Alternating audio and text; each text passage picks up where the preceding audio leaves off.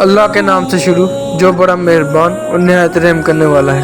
حضرت سیدنا سالم رحمۃ اللہ فرماتے ہیں کہ میں حضرت سیدنا ذوالنون مصری علیہ رحمۃ اللہ کے ساتھ لبنان کے ایک پہاڑ پر سے گزر رہا تھا کہ اچانک آپ رحمۃ اللہ نے مجھ سے فرمایا کہ اے سالم، میرے لوٹنے تک اسی جگہ کھڑے رہنا۔ پھر آپ رحمۃ اللہ 3 دن تک مجھ سے جدا رہے۔ جب مجھے بھوک لگتی تو میں جاریہ اور پودے کھا لیتا اور تالاب کا پانی پی لیتا۔ جب 3 دن گزر گئے تو آپ رحمۃ اللہ میرے پاس تشریف لائے۔ آپ رحمۃ اللہ کا رنگ بدلا ہوا تھا اور آپ رحمۃ اللہ علیہ بے خودی کی کیفیت طاری تھی۔ میں نے عرض کی، اے ابو الفیض، کیا درندوں نے آپ رحمۃ اللہ کو روک لیا تھا؟ فرمایا، مجھ سے انسانی خون کی بات نہ کرو۔ میں اس پہاڑ کے ایک غار میں داخل ہوا تو میں نے اس میں ایک شخص کو دیکھا۔ اس کے سر اور داڑھی کے بال سفید تھے۔ ایسا لگ رہا تھا جیسا وہ قبر سے نکل کر آیا ہو۔ وہ نماز پڑھ رہا تھا۔ میں نے اسے سلام کیا تو اس نے مجھے سلام کا جواب دیا اور کہا کہ نماز پڑھ لو۔ پھر وہ نماز کے لیے کھڑا ہو گیا اور عصر کی نماز ادا کرنے تک رکوع و سجود کرتا رہا۔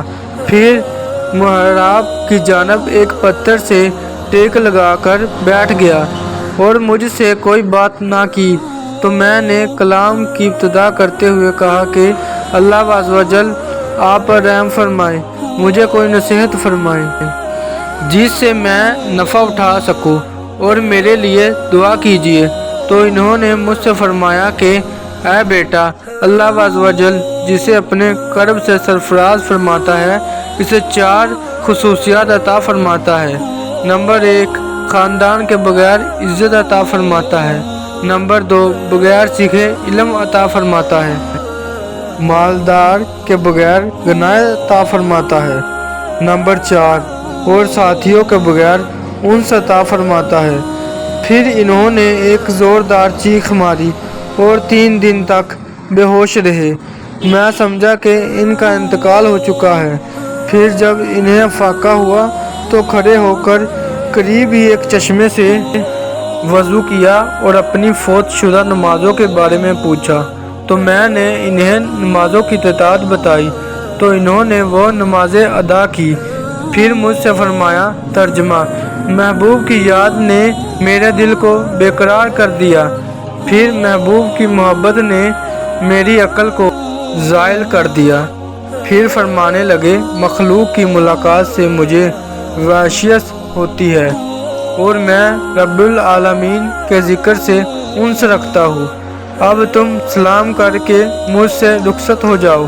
میں نے عرض کی، اللہ عز و جل آپ پر رحم فرمائے۔ میں مزید نصیحت کی امید پر 3 دن تک آپ کے پاس ٹھہرا رہا۔ انہوں نے ارشاد فرمایا کہ اپنے مولا عز و جل کے علاوہ کسی سے محبت نہ کرو اور اپنی محبت کا بدلہ نہ مانگو، کیونکہ اللہ عز و جل سے محبت کرنے والے عابدوں کے سرتاج اور زاہدوں کے لیے نشان منزل ہے، اور یہی اللہ عز و جل کے برگزیدہ اور مقرب بندے ہیں۔ اس کے بعد وہ ایک چیخ مار کر گر پڑا۔ میں نے انہیں ہلا کر دیکھا تو ان کا انتقال ہو چکا تھا۔ تھوڑی ہی دیر بعد پہاڑ سے عابدین کی ایک جماعت اتری، انہیں غسل دیا اور کفن پہنا کر جنازہ ادا کرنے کے بعد انہیں دفن کر دیا۔ میں نے ان سے پوچھا کہ اس بزرگ کا نام کیا ہے تو انہوں نے بتایا کہ ان کا نام حضرت شبان المصاب رحمۃ اللہ تعالیٰ علیہ ہے۔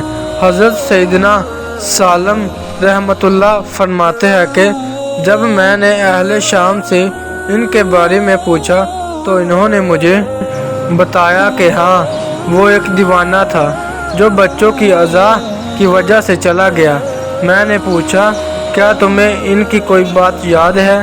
تو انہوں نے کہا، ہاں، جب وہ بے قرار و بے چین ہوتے تو کہتے کہ اگر میں تیری خاطر دیوانہ نہ ہوں تو کس کی خاطر بنوں۔ اگر آپ کو یہ میری ویڈیو اچھی لگی، پلیز لائک کر دے، شیئر کر دے اور سبسکرائب کرنا مت بھولیے گا تاکہ آنے والی ویڈیو آپ کو جلد مل سکے۔